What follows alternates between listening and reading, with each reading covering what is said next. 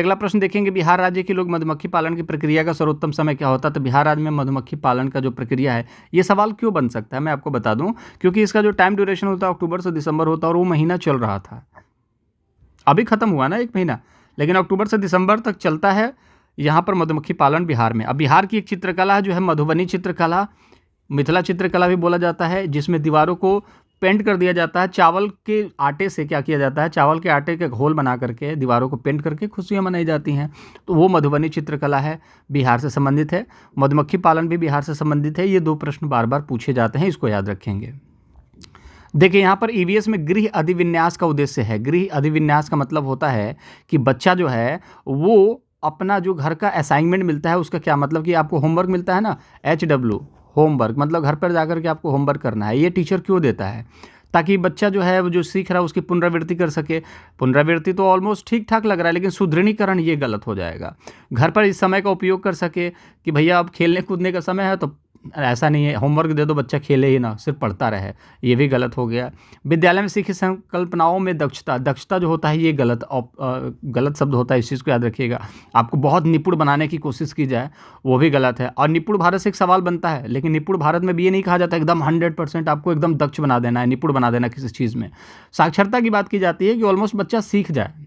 जैसे कि आपने 26-27 तक देखा है, 26 से लेकर के 27 तक आपको यहाँ पर टारगेट रखा गया है कि बच्चा कम से कम अंडरस्टैंडिंग उसकी अच्छी हो जाए, ताकि वो किसी शब्द को लिखा हुआ है उसको पढ़ ले और अंक गणित को पढ़ना सीख जाए।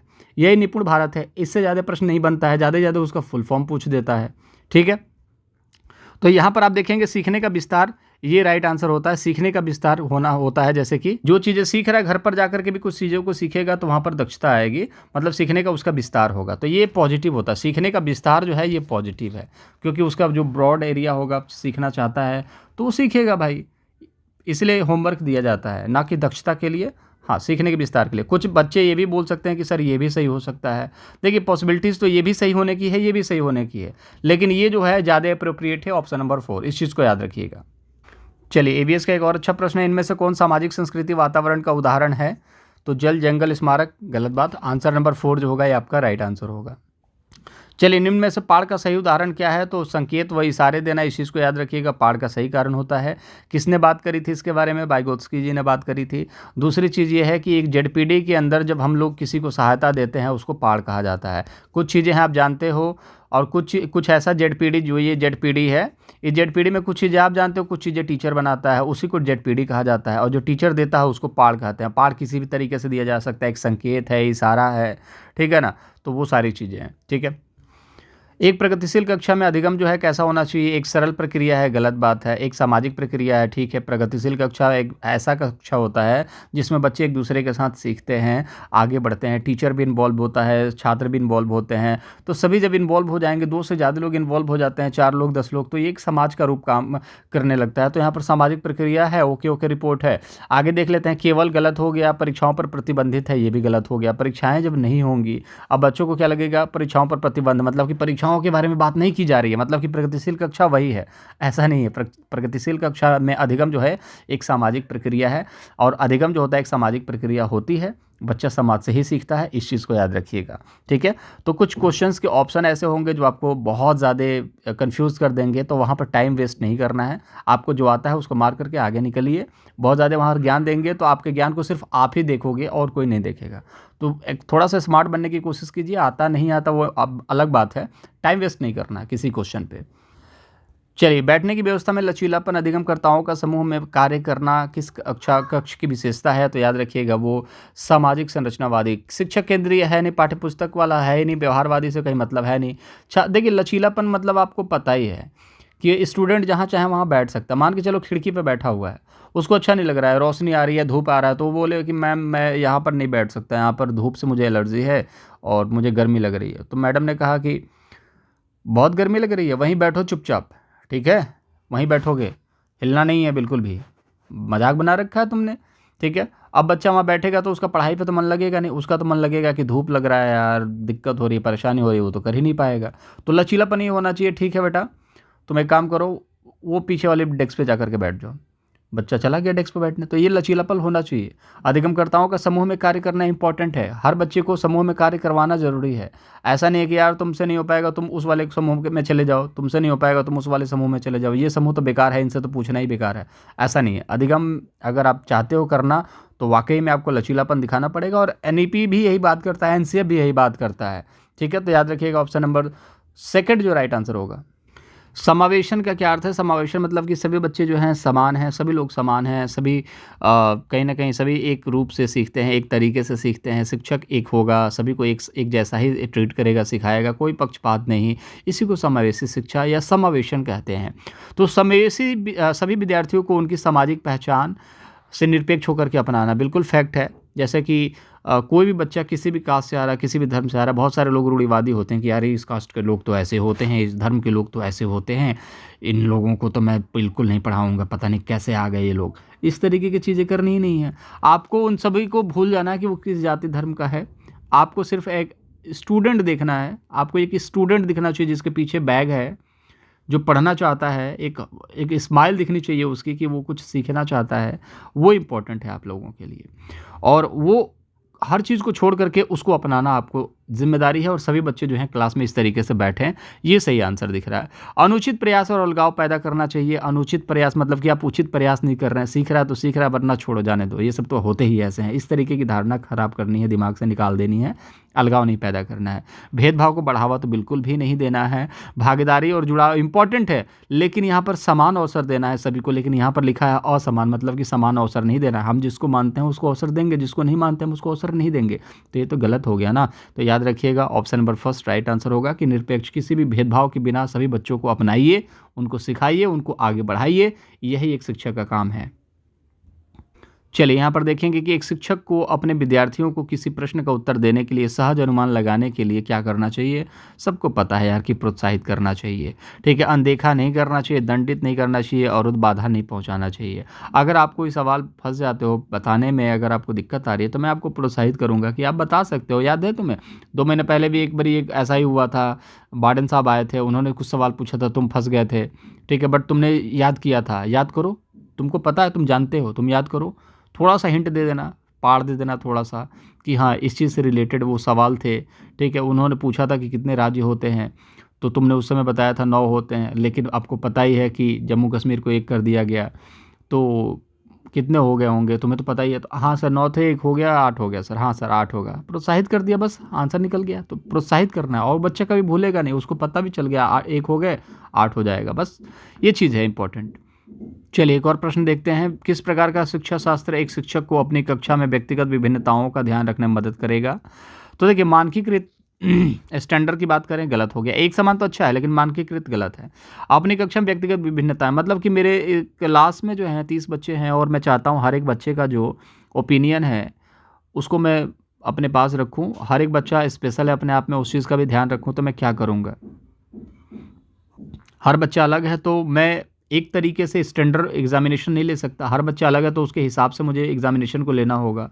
ठीक है, पूरी तरह से परीक्षाओं पर केंद्रित की जाएगी। ठीक है, तो पूरी तरीके से परीक्षाओं पर केंद्रित नहीं होगा, याद रखिएगा।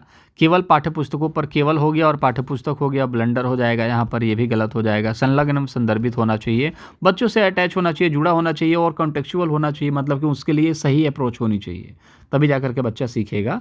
तो ये इंपॉर्टेंट है। हर एक बच्चा अलग अलग होता है, उसके हिसाब से उसको देखिए कि उसको अंदर कमी क्या है, उस कमी के हिसाब से उस चीज़ को सिखाइए, वो इंपॉर्टेंट है। और क्या क्या उसके लिए ज़रूरी कुछ चीज़ें हैं, उस पर भी सावधानियाँ बरतिए, और उस चीज़ को लेकर के भी सतर्क रहें। ठीक है, चलिए प्रश्न बन गया है आप लोगों के लिए कि कितने राज्य और केंद्र शासित प्रदेश हैं। ये कमेंट बॉक्स में आप छाप दीजिएगा। ठीक है, बट फिर भी मैं बता देता हूँ, फिर भी आप लोग छाप देना, क्योंकि ये ऐसे क्वेश्चन से बच्चे कंफ्यूज होते हैं। तो यहाँ पर लिखा है क्रमशः। क्रमशः का मतलब है कि पहले राज्य आएगा, फिर केंद्र शासित प्रदेश आएगा। तो राज्य पहले कहाँ पर आ रहा है? यहाँ पर आ रहा है 28, केंद्र शासित प्रदेश 8 यहाँ पर। तो आंसर नंबर जो 4 हो जाएगा, ये राइट आंसर हो जाएगा। ठीक है, इस चीज़ को याद रखिएगा। अब एक सवाल बन जाएगा आपसे, गोवा जो है वो आपका स्टेट है या यूनियन टेरेटरी है? इसके बारे में आप कमेंट बॉक्स में छापिए। गोवा जो है वो स्टेट है या यूनियन टेरेटरी है? आप इस चीज़ के बारे में बात करेंगे। ये आपका राइट आंसर तो 4 है, ये बताइएगा। ठीक है, चलिए अरब सागर से सवाल बनते हैं क्या, नहीं बनते हैं क्या? अरब सागर इधर है, बंगाल की खाड़ी से सवाल नहीं बनते हैं क्या? कर्क मकर रेखा से सवाल नहीं बनते हैं क्या? बनते हैं, इस चीज़ को याद रखिएगा। ठीक है, 3 राज्य जिनके किनारे पर अरब सागर है। कर्क रेखा 5 राज्यों से होकर के गुजरती है, इस चीज़ को याद रखिए। 8 राज्यों से होकर गुजरती है। और मकर रेखा जो है वो कितने राज्यों से होकर गुजरती है, आप कमेंट बॉक्स में छापेंगे। ठीक है, चलो वो भी बता देता हूँ, 5 राज्यों से। ठीक है, तो कर्क रेखा और मकर रेखा आपको याद रखना है। सॉरी, मकर रेखा हमारे यहाँ से नहीं गुजरती, इस चीज़ को याद रखिएगा। कर्क रेखा गुजरती है, ठीक है, और देशांतर रेखा 5 राज्यों से होकर के गुजरती है। ठीक है, कर्क रेखा को अक्षांश रेखा भी कहते हैं, अक्षांश रेखा है एक, लेकिन देशांतर रेखा 5 राज्यों से होकर के गुजरती है। तो वो 5 राज्य कौन कौन से हैं उसके बारे में आप बात करेंगे। मकर रेखा तो ऑस्ट्रेलिया से गुजरती है। ठीक है, चलिएगा। तो 3 राज्य किसके किनारे पर स्थित हैं अरब सागर के? तो यहाँ पर देखेंगे, ये है केरल, ठीक है, उसके ऊपर है आपका कर्नाटक, उसके ऊपर है महाराष्ट्र, और उसी के बीच में आप देखोगे तो महाराष्ट्र और कर्नाटक के बीच में आपको एक दिखेगा गोवा। ठीक है, तो यहाँ पर देखेंगे तो कहाँ पर है? केरल है, कर्नाटक है, महाराष्ट्र है, ये तो सही दिख रहा है। केरल है, कर्नाटक, आंध्र प्रदेश तो यहाँ पर है भैया। ठीक है, आंध्र प्रदेश तो यहाँ पर है। उसके नीचे है तमिलनाडु यहाँ पर, उसके ऊपर है आपका यहाँ पर उड़ीसा, उसके ऊपर है पश्चिम बंगाल। तो उड़ीसा तो यहाँ पर बंगाल की खाड़ी की तरफ है, आंध्र प्रदेश भी बंगाल की खाड़ी की तरफ है, तो गलत हो गया। केरल, महाराष्ट्र केरल है, पश्चिम बंगाल यहाँ पर है, तो ये भी गलत हो गया, बंगाल की खाड़ी की तरफ है। तो आंसर नंबर फर्स्ट जो होगा राइट आंसर होगा। तो ये मैपिंग मैंने सिखाई हुई है, मैपिंग बहुत आसान होता है। अगर एक बार मैपिंग सीख लोगे तो मज़ा ही आ जाएगा दोस्त, कोई दिक्कत ही नहीं होगी आपको ईवीएस में। और सबसे खूबसूरत चीज़ ये होती है मैपिंग से कि आपको देश को जानने का मौका मिलता है कि कौन सा स्टेट कहाँ पर है। ठीक है, ये जानना बहुत ज़रूरी है। चलिए, इस तरीके का भी ईवीएस में एक सवाल बनता है, तो इस चीज़ की आप प्रैक्टिस ज़रूर कर लीजिएगा। मैं कुछ चीज़ें आपको एडिशनल बता देता हूँ। ठीक है, इसकी प्रैक्टिस कीजिएगा कि यहाँ से जाता है, वहाँ जाता है, इस तरीके का क्वेश्चंस को आप लोग डिस्कस कर लीजिएगा। आप लोग इसको खुद से बनाइएगा, मेरे बनाने से कुछ भी नहीं होगा। मैं कुछ चीज़ें और बता देता हूँ, उस चीज़ को ध्यान में ज़रूर रखिएगा। ये होता है नॉर्थ, ये होता है साउथ, ये होता है ईस्ट, ये होता है वेस्ट। सूरज इधर से निकलता है, याद रखिएगा हमेशा, ईस्ट से सूरज निकलता है। ठीक है, और वेस्ट में जाकर के डूब जाता है। ईस्ट में आपको 7 सिस्टर्स रहती हैं, कहने का मतलब है कि असम, अरुणाचल प्रदेश, असम, अरुणाचल प्रदेश, नागालैंड, मणिपुर। ठीक है, और उसके बाद आप देखोगे त्रिपुरा, मेघालय, ठीक है, मिज़ोरम, ये सारे आपको वहाँ पर देखने को मिलेंगे। ठीक है, अब दूसरी बात अगर बात की जाती है कि ए यहाँ पर है, ठीक है, और बी यहाँ पर है, तो ए जो है बी के सापेक्ष किस दिशा में है? तो ए जो है किस दिशा में है, तो याद रखिएगा ये यहाँ पर चला गया।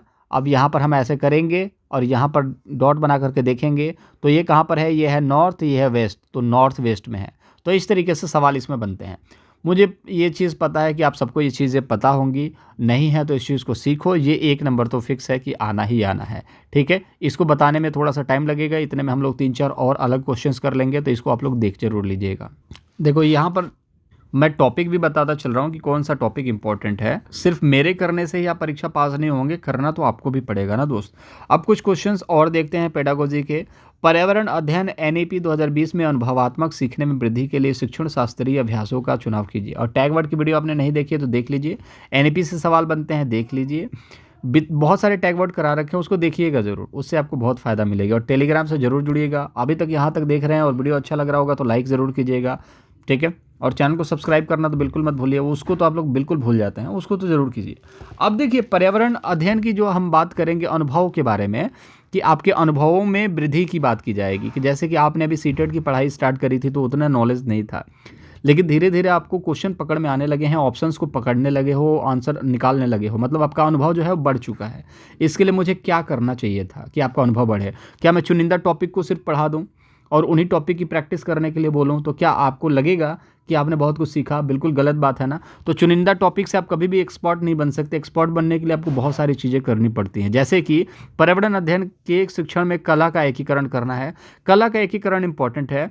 कला का एकीकरण मतलब कि मान के चलिए कि कला को भी मिला करके सिखाइए, आर्ट्स को भी मिला करके सिखाइए। जैसे कि आप किसी भी चीज़ को देखते हो, पढ़ा जाता है तो उसके साथ इमेज को देख करके पढ़ा जाता है, इससे अवलोकन भी हो जाता है, इससे चीज़ें सीखी भी जाती हैं, समझ में भी चीज़ें आता है। और आप देखोगे कि पर्यावरण अध्ययन में कला को भी इंक्लूड करा गया है। जैसे कि आप देखो यहाँ पर आर्ट क्या है, भूगोल आर्ट ही तो है, भूगोल को यहाँ पर शामिल कर लिया गया है। आप देखोगे तो इस इन्वायरमेंट में आपसे राष्ट्रपति के बारे में पूछ लेता है, स्टेट्स के बारे में पूछ लेता है, ये क्या है, पॉलिटिक्स क्या है, पॉलिटी तो आपका कला ही तो है। हिस्ट्री के बारे में पूछ लेगा, अलबरूनी किस देश से आया था, उज्बेकिस्तान से, हिस्ट्री क्या है, आर्ट ही तो है। तो इसको भी यहाँ पर जोड़ दिया गया पर्यावरण अध्ययन के माध्यम से, ताकि बच्चे सीखें। अब इसके लिए अलग से एक चैप्टर बनाने की जरूरत नहीं है।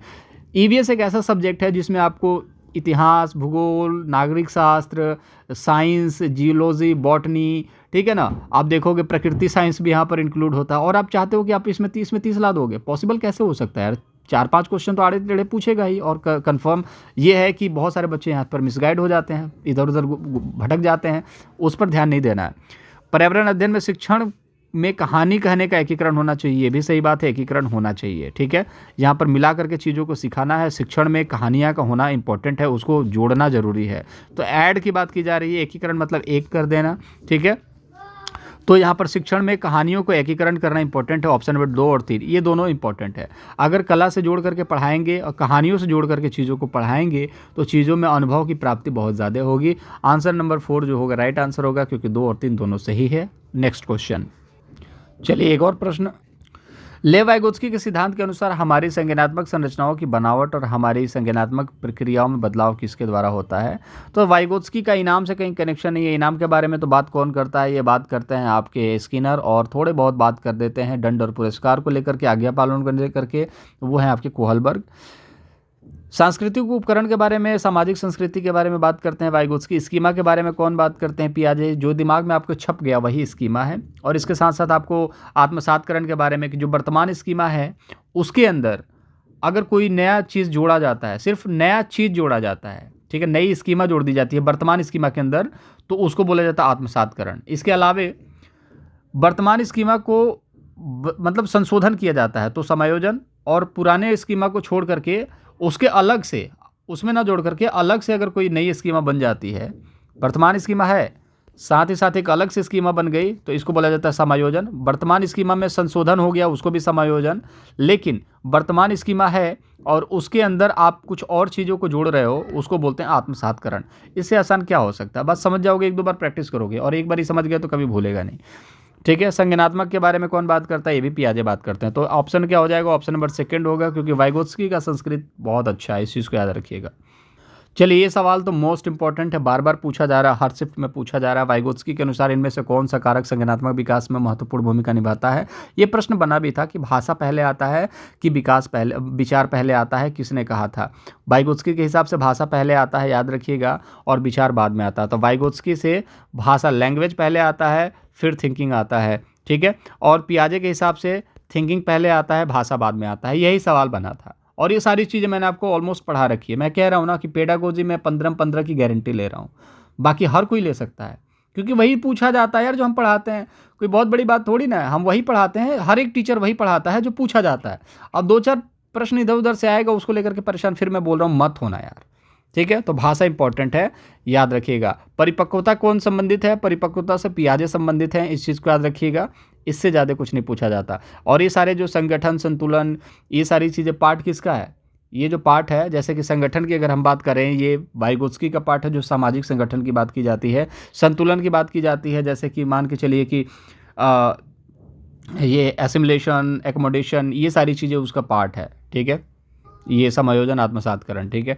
कोहलबर्ग के किस चरण में व्यक्ति तर्क करते हैं कि सही कार्यवाही विवेक से के स्व चुने हुए नैतिक सिद्धांतों द्वारा परिभाषित की जाए। तो याद रखिएगा, मैंने बोला था 6 स्टेज आखिरी वाला होता है, विवेक के स्व चुने हुए नैतिक सिद्धांत। मतलब कि अब मुझे पता चल चुका है मुझे क्या करना है, अगर खुद से ही अपना काम करना है, इसमें कोई भी देश दुनिया काम नहीं आने वाली है, आपका जीवन सर्वमान्य है, आप खुद से ही बस अपने आप को झोंक देने वाले हो। जैसे कहीं बम फटने वाला है, बम के जाकर के ऊपर लेट जाना, अपने आप को खतरे में डालना। आप किसी सरकार को बताओगे जा रहा हूँ, तो सरकार तो मना कर देगी, खुद चले जाओगे, उसको बोला जाता है सार्वभौमिक नैतिक सिद्धांत, याद रखिएगा। इस तरह के क्वेश्चन बनते हैं, बहुत कम लेकिन बनते हैं। चलिए, बाल केंद्रित कक्ष में विद्यार्थी अपने स्वयं के सीखने में ज़्यादा भूमिका नहीं रखते, ज्ञान के सक्रिय निर्माता होते हैं, कोरी पट्टी के रूप में देखे जाते हैं, निष्क्रिय रूप में शिक्षकों का अनुकरण और अनुसरण करते हैं। निष्क्रिय रूप हटा दीजिए, ठीक है। अपने स्वयं के सीखने ज़्यादा भूमिका नहीं रखते, ज्ञान के सक्रिय निर्माता होते हैं। ये देखिए, ये सही आंसर है, ये तो गलत हो गया। कोरी पट्टी के रूप में नहीं देखे जाते हैं। जब बच्चा जन्म लेता है तो कोरी पट्टी होता है, माना जा सकता है, लेकिन जब बच्चा 5 साल का हो चुका है तो क्या कोरी पट्टी है? आप उससे बात करके देखो, वो आपको बातों में हरा देगा। तो याद रखिए, उसको कोरी पट्टी नहीं समझना, वो 5 साल के बाद ही, तो जब 5 साल का हो जाता है उसके बाद ही तो जाता है ना विद्यालय में। तो उसके बाद टीचर कहोगे बेटा तुझे कुछ नहीं आता, तो बोलेगा सर आपको कुछ नहीं आता, ठीक है, याद रखना।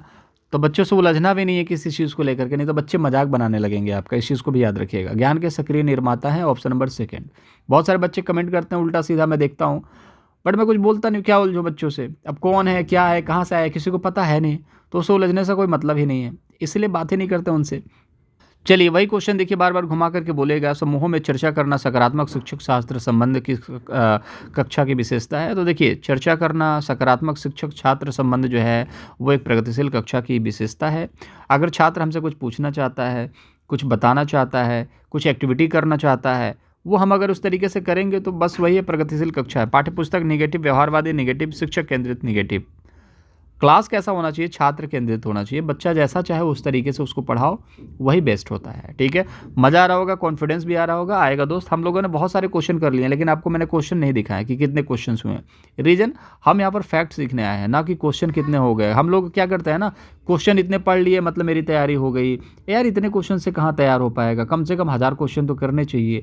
इस तरीके के क्वेश्चन, अब देखिए मैं ही डांस पर मैं 50 क्वेश्चन करवा दूँ, क्रांति पर 50 क्वेश्चन करवा दूँ, पक्षियों पर 50 क्वेश्चन करवा दूँ, आपको लगेगा यार 150 क्वेश्चन हो गए, ये तो बहुत हो गया। लेकिन आना क्या है उसमें से, 1 या 2 क्वेश्चन आने हैं।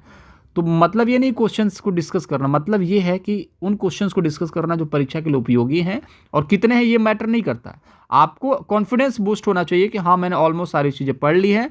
परीक्षा में जाओगे तो बस आपको वहाँ पर नंबर लूट के आने हैं। ठीक है, एक बच्चा कह रहा था कि मुझे सर कथन और तर्क में थोड़ी सी दिक्कत आती है, उसके बारे में बात करें। थोड़ी क्या, बहुत ज़्यादा दिक्कत आती है। तो यार देखिए, ये वाले क्वेश्चन थोड़े से आसान होते हैं बाकियों के कंपैरिजन में, अगर आपको नहीं पता है चीज़ें तो। अगर दोनों चीज़ें पता है तो बहुत आसान है, मैं बताता हूँ कैसे आसान है। अगर ये क्वेश्चन नहीं आता तो भी आपके लिए आसान है, क्योंकि इसमें एक भी अगर पता चल गया ना तो आपका यहाँ पर तुक्का सही हो सकता है।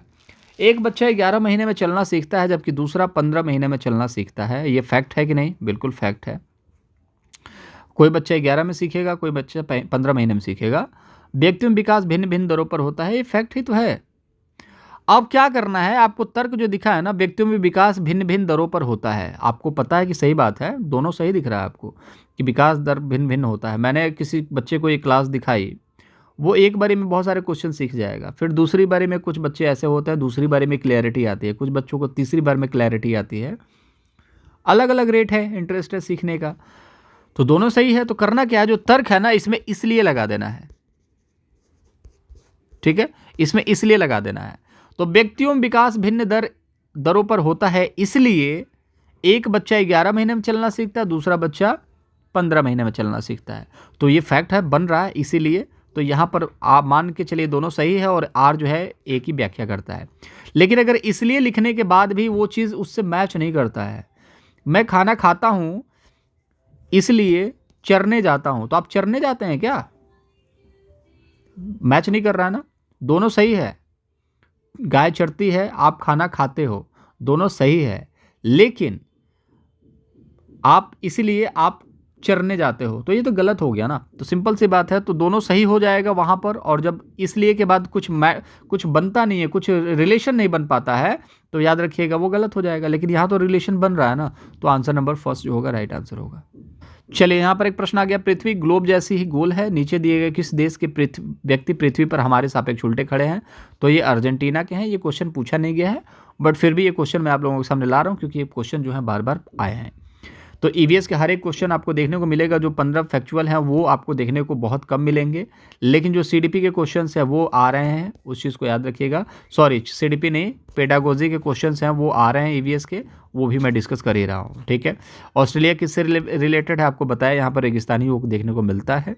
ठीक है, चलिए पोचमपल्ली से सवाल बना था, पोचमपल्ली भी देख लीजिए। पोचमपल्ली एक शहर है जहाँ के अधिकांश परिवार बुनाई का कार्य करते हैं। एक विशेष प्रकार का वस्त्र है जिससे बुनते हैं, पोचमपल्ली कहलाता है। यह शहर जहाँ सुंदर चमकदार रंगों की साड़ियाँ बनती हैं, किस राज्य का भाग है? तो आपको पता होना चाहिए वो किस चीज़ का भाग है, वो है आपका तेलंगाना का। बहुत सारे बच्चे आपको आंध्र प्रदेश या तमिलनाडु बताएंगे, तो तमिलनाडु पर नहीं जाना है, आपका ये तेलंगाना है राइट आंसर, इसको याद रखिएगा। पोचमपल्ली शहर जो है वो तेलंगाना में है, इसको याद रखेंगे। केरल टेपिकोआ के लिए फेमस है, इस चीज़ को याद रखिएगा। बेमनाड झील के लिए फेमस है, यहाँ पर नाव द्वारा यहाँ पर खेल कूद करा जाता है। ठीक है, तो नाव पर खेल कूद पढ़ने जाते हैं बच्चे, ये सारी चीज़ें केरल से संबंधित है। केरल की आप कथक की अगर बात करेंगे, कथकली जो है केरल का मशहूर नृत्य है। कर्नाटक का मशहूर नृत्य क्या है उसके बारे में आप कमेंट बॉक्स में बताएंगे। ठीक है, तमिलनाडु का तो भरतनाट्यम है, बच्चा बच्चा जानता है। ठीक है, और यूपी का आपका क्या है, कथक है। कर्नाटक का नृत्य के बारे में आप लोग कमेंट बॉक्स में छापिएगा, कर्नाटक का नृत्य क्या है। चलिए यहाँ पर देखेंगे निम्न में से कौन सा रचनात्मक आकलन में सम्मिलित नहीं किया जा सकता, तो एनेक्डोट को रखा जाता है, क्षेत्र भ्रमण को करा जाता है, पोर्टफोलियो करा जाता है। देखिए पोर्टफोलियो क्या होता है, डेली बेसिस पर चीज़ें लिखी जाती हैं बच्चों का, और हर बच्चे का अलग अलग होता है। एनेक्डोट रिकॉर्ड क्या होता है, उपव्याख्यात्मक इसको बोला जाता है, लेकिन एनेक्डोट ही आप याद रखिएगा। इसमें क्या होता है कि हर बच्चे का एक में ही होता है। जैसे आपने देखा होगा एक रजिस्टर होता है जिसमें हर बच्चे का अटेंडेंस लगता है, वो क्या हो गया, एक एनेक्डोट रिकॉर्ड हो गया। लेकिन पोर्टफोलियो होता है हर एक बच्चे का सेपरेट अलग अलग बनता है। ये पोर्टफोलियो अगर आप दूसरे विद्यालय में चले जाएंगे तो ये पोर्टफोलियो आपके साथ चला जाएगा। ये पोर्टफोलियो मतलब कि आपका एक सर्टिफिकेट हो जाता है। कहने का मतलब है कि एक आपका अटेंडेंस सीट हो गया, वो एनेक्डोट के तरीके से काम करता है, और आपका जो मार्कशीट होता है वो आपके पोर्टफोलियो के जैसे काम करता है। तो आप मार्कशीट लेकर के दूसरे स्कूल में जा सकते हो, लेकिन क्या अटेंडेंस सीट लेकर के जा सकते हो, नहीं जा सकते। तो एनेक्डोट उसी तरीके से होता है, ये आपको कहीं भी ट्रांसफरेबल नहीं होता है, हर बच्चे का एक ही होता है, हर बच्चे का मतलब एक ही होगा कंबाइन। पोर्टफोलियो हर बच्चे का अलग अलग होता है, ट्रांसफरेबल होता है, इससे ज़्यादा प्रश्न नहीं बनते हैं। ये बच्चों के ग्रोथ को लेकर के मूल्यांकन करा जाता है। लेकिन यहाँ पर सवाल पूछा है नहीं, तो नहीं में जो नहीं होगा उसी को राइट आंसर माना जाता है। दोनों मिल जाते हैं और 7 जन्मों के लिए 1 नंबर देते हैं आपको। चलो कुछ क्वेश्चन फटाफट देख लेते हैं। पेड़ के तनों में छेद करके अपना घोंसला बनाने वाले कौन है, वो है बारबेत पक्षी। दर्जी पक्षी सबसे नीचे अपना घोंसला बनाती है। कौवा जो है सबसे ऊपर अपना घोंसला बनाता है, ठीक है। अब यहाँ पर सॉरी, दर्जी पक्षी नहीं है यार, दर्जी पक्षी तो चोंच से अपने पत्तों को सिल देती है, अंडे देती है। शकरखोरा सबसे नीचे घोंसला बनाता है, जिसको हम लोग सनबर्ड भी कहते हैं। बारबेत पक्षी को बसंत गौरी भी कहा जाता है। तो यहाँ पर देखिए सारी चीज़ें हमने पहले भी डिस्कस कर लिया, मैं एक बार दोबारा से रिविजन करा रहा हूँ क्योंकि यहाँ से प्रश्न बनते हैं। पक्षियों के बर्ड से भी यहाँ पर सवाल बने हैं, जैसे कि उनके पंखों से रिलेटेड, उसको भी हम लोग अभी देखेंगे।